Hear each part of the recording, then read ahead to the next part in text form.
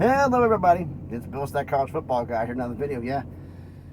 Time for the recap. Another one for you. The recap for this past week. We're talking about we had one game, and the only game I gave predictions on. We'll get into that. I'm going to get into the awards. Recaps of the week game. Your top 25. There's a little bit to get into. But first off, let's the awards for show we found out about Travis Hunter winning the Heisman Trophy, and give congratulations to Travis Hunter. Also winning the Biletnikoff Award for Best Wide Receiver. People who complain the fact that Nick Nash should have won it because he won the wide receiver Triple Crown. My question with Travis Hunter is, those two I can get. I can halfway get it. How the hell did you win the Bednarik? The Defensive Player of the Year. Yet you weren't even nominee for Best Player at your position, but you're better than all the nominees and the award winners of every position in football, even though you weren't even the best at your position. I think that one needs to get investigated a little bit, because that sounds to me like a little hometown politics. Because you can't even win your position or even be nominated for it, but you're the best defensive player in the country? No, don't think so. That was a manipulation to make him be better. No. Not buying it, not for one damn minute. And as for the awards, y'all need to check out the channel on Tuesday. I'm going to resolve that, my little take on that. You'll check out Tuesday. It's going to be fun. But basically, for those of you who haven't gotten it, I'm going to say this again. I had a little bit of an argument with him about the fact about the Pac-12 and the Mountain West on X, about the fact that strength of conference schedule doesn't matter. All that matters is what you do against the P4, because that's all the hell the committees care about. You could have the best G conference in the world, but if you're not playing and beating P4 teams, they don't care unless you win 11 to 12 games. That simple. You have to play P4 teams and you have to beat them. UNLV didn't get recognized because they would beat Fresno State by 30. They went 3-1 against the P4. That's the reason why they got noticed. And the reason why I believe one of the reasons Ashton Jonty and Nick Nash and other players didn't get their awards was for one simple reason. It's a P4 world. They view everybody from G conferences and G schools as less than P4. Therefore, you're going to get nominated, but you're never going to win the damn thing. Ask Marshall Falk. Should have won the Heisman and didn't. This is a P4 world. What you do as a P4 athlete matters more. What you do against P4 schools for committees matters more. What you do as a G against each other, they don't care. Doesn't matter how strong you think it is. P4 is the only measuring stick they care about unless you win 11 or 12 games. That's it. So, but we're going to solve that on Tuesday. But, next up real quick, let's get into this. The one game we had, the All-American Classic, the Army-Navy game, everybody picked Army, including me. Navy said, hold my beer. 31-13, Navy whoops Army. Shout out where it's due. Blake Horvath, Navy the triple option, just like Army does. Blake Horvath, the Navy quarterback, 311 yards of total offense with 4 touchdowns. Outscored Army by himself. He had 2 rushing, 2 passing. Just an incredible game, an incredible effort, and salute the Navy for winning the Army-Navy game. Now, we had the bowl games. Didn't have any on here. I'm doing for the bowl. I'm not going to predict every bowl game. I'm just going to do the bowl, unless you guys want me to predict them all. But, I've been doing it, not predicting all the games, just the ones either the AP Top 25 or subscriber schools mentioned in subscriber roll call. So, for that, we do have bowl games. We have a game on Tuesday, a game on Wednesday. We have 1 bowl game on Friday, and, of course, 1 CFP first-round game on Friday and 3 on Saturday. So the Tuesday bowl game, we have the Frisco Bowl. Frisco, Texas. Memphis at West Virginia. West Virginia is a 1.5 point favorite in this game. Problem is with this game, West Virginia's had players opt out. You have a new head coach coming in. Memphis is basically intact. So for that being said, give me Memphis and I'll take the points too. I think they're going to beat West Virginia. The Wednesday game, we have the LA Bowl. Cal against UNLV. Cal's a 1-point favorite. I guess they didn't account for this too well. Like, UNLV lost its head coach. It's got players transferring out. Cal doesn't have that problem, but you lost your starting quarterback. UNLV's starting quarterback will be playing. I guess a team that wants to prove a point and finish things out. So that being said, give me UNLV +1. I'll take UNLV, and I'm picking UNLV to win the game.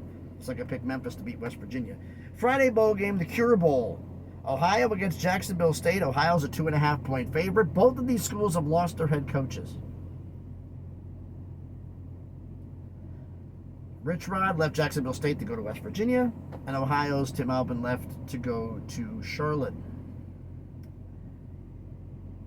Neither one has filled the jobs here, so this is both interim coaches. But Ohio has a lot of talent, and I'm hearing a lot of talent, so I'm going to pick Ohio -2.5 to beat Jacksonville State and cover. First round playoff game. This is the spread that surprised the hell out of me. Indiana on the road at Notre Dame, and Indiana's a 5.5-point road favorite. What are you smoking, and you got any of it left? You understand the fact that Indiana's only played 2 teams that were bowl eligible? The one bowl team they played that was bowl eligible was UTSA, and they... No, what UTSA was... I think it was UTSA. One of the teams, I forgot who it was. They played 2 teams that were bowl eligible, barely beat one, and lost the other. Now you're going to go on the road to Notre Dame. Well, Notre Dame hasn't beaten anybody. Indiana hasn't beaten anybody. Both of them in the same boat. And you're on the road. Notre Dame lost to Northern Illinois. You didn't play anybody. I didn't drink the Kool-Aid on Cignetti for the one reason. Cignetti is the best front runner, one of the best I've seen. And he built this team like Florida State last year. Great starters, crappy bench. Guys get hurt, they go down, they lose games. The games that they were having trouble winning 500, starters went down and the backups came in and they couldn't keep up. And now they do have players out. Notre Dame's coming in. Cignetti has done a phenomenal job coaching in his career when he's had better talent. When he's at even level with somebody, or someone's better and he's got to play up, he doesn't win. He's a front runner. Look at his stats, you'll see. He wins, but nowhere near the clip that he should be. I win. No, you really don't. Not against teams that are better than you. You barely skate by. Now, skating by is good enough. Not in this case. You're not playing schools in FCS. You're not playing schools in the G5. You're playing Notre Dame and South Bend in a truly hostile environment. You played Ohio State, but Ohio State fans were worried in that game. Worried for the fact that if they lost to you, they were kind of worried in that game. Notre Dame fans aren't going to care. They're going to stop and yell and be loud. I'm picking Notre Dame to win this outright. +5.5 and win outright. Saturday, we have 3 playoff games. All 3 of these games have something in common. SMU at Penn State. In Happy Valley. Penn State's an 8.5-point home favorite. I don't like the spread. I think I'm picking Penn State to win, but that spread is too rich for my blood. SMU's offense, they're going to keep it close, less than a touchdown. Give me SMU.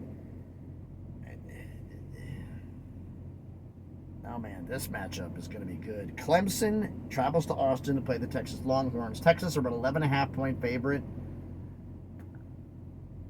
Texas, you haven't beaten anybody. You haven't beaten anybody.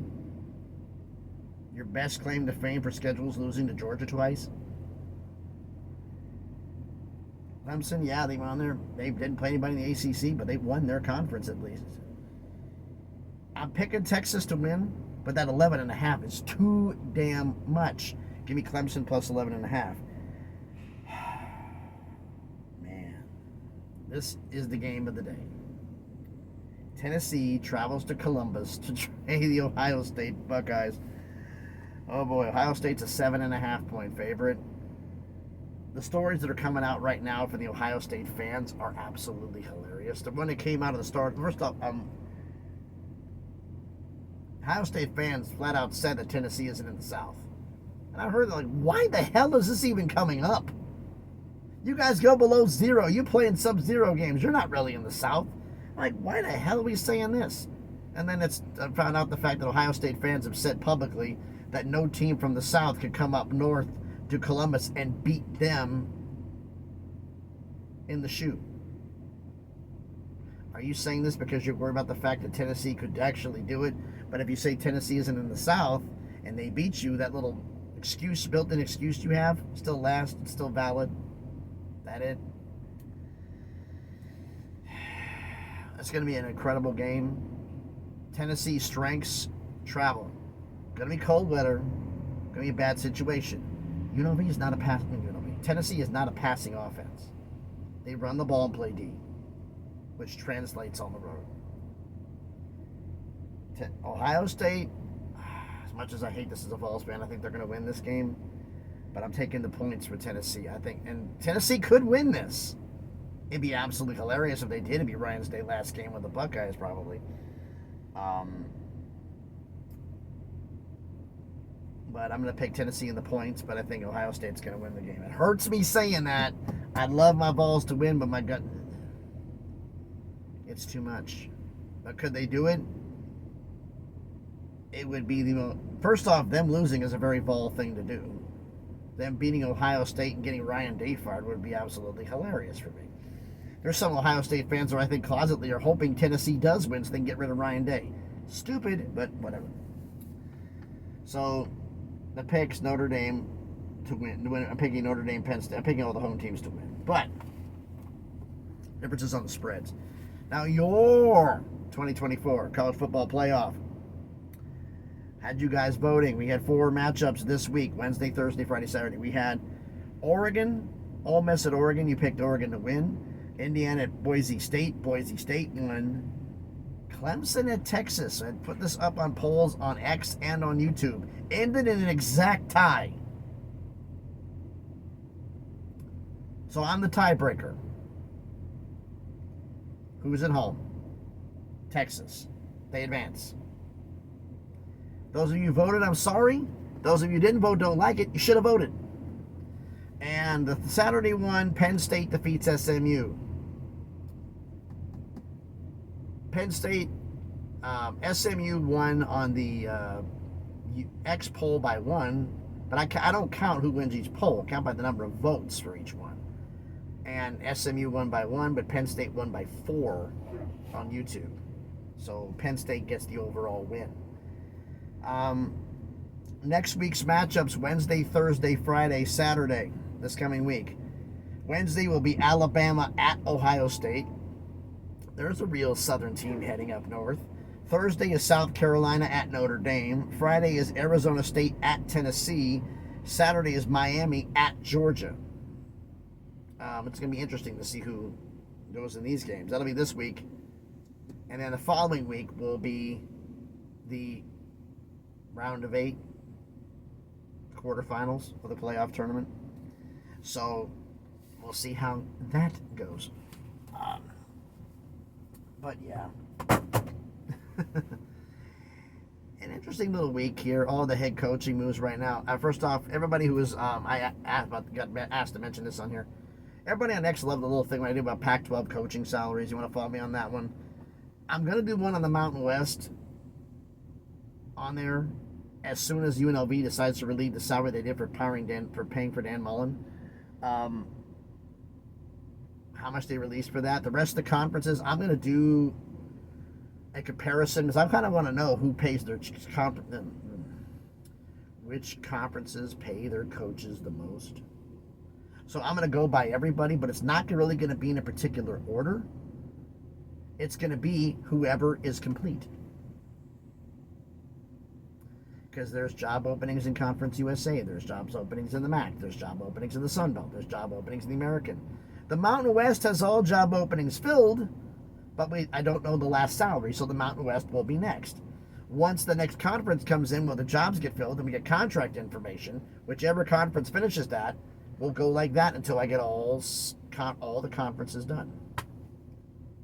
This is based upon if it was right now for the new Pac-12, except technically this is a little early because 2026 is when it happens, and there could be some coaching firings between now and then. Like Coach Lewis at San Diego State may not be there when San Diego State joins the Pac-12 if they don't get things in gear. Everybody else is pretty much in line. And as for some of the other things we have, there's more things video-wise are getting cooked up for the off-season. There's got stuff going because we got things going here, a bunch of stuff. But it's going to be, I'm going to kind of space these out and not do it as many, like 4 a week, do a couple a week to space this out, because this is when we kind of get, 2 or 3 a week, because it kind of be is like basically, not 3 a week, but it's basically going to be kind of like dead time. It's hard to come up with content, but I've had a list that I've been coming up with stuff the entire season. So little by little, I'm going to start taking those off the list until we get to there. And it sucks that college football season's already over with, doesn't it? Damn. The last regular season game is done. College football regular season's officially completed. Crazy. So, thanks everybody for watching this video. Sorry if I was a little bit too long-winded. If you like the video, please do me a favor on the way out. Smash the like button, hit the thumbs up. It helps with the algorithm. Everybody know, hey, we got to pay attention to this video. People actually like it. Comment on the video. Let me know what you think about the awards. You agree with everybody on there? Like, the only thing, Travis Hunter, I get why they did the Heisman. I get why they did wide receiver, the Blitnikoff. The Bednarik for Defensive Player of the Year, I've got no damn reason. That makes absolutely no sense unless you're trying to artificially pump Travis Hunter up.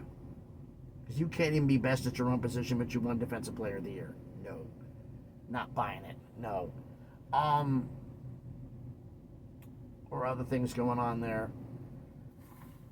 Let me know what you think about some of the other things. Any idea? If you guys have got an idea for a video you'd like me to do, shout it out in the comments. So if I like it, I'm going to do it. So we got a bunch of stuff going on here, so I'm going to start taking your ideas for what you guys want to see. Because we're slowly starting to get there. Now, we got bowl game stuff. We got stuff going till the end of the playoffs. But then the dull season starts, doesn't it? So we're going to try to find some stuff to do. So, thanks everybody for watching. Like, comment, share if you want to. If you want to subscribe to the channel, I'd greatly appreciate it if you did, because I'm trying to get this channel to grow.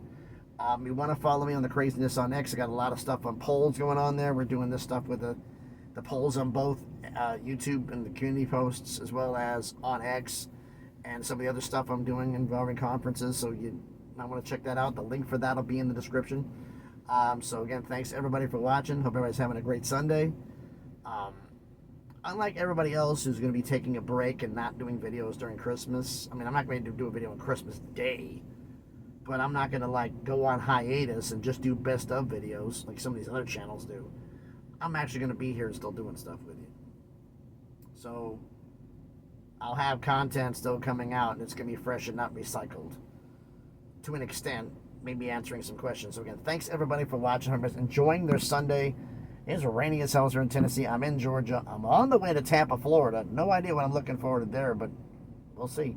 So, thanks everybody for watching. Everybody's having a great day. Be safe and please be good to each other.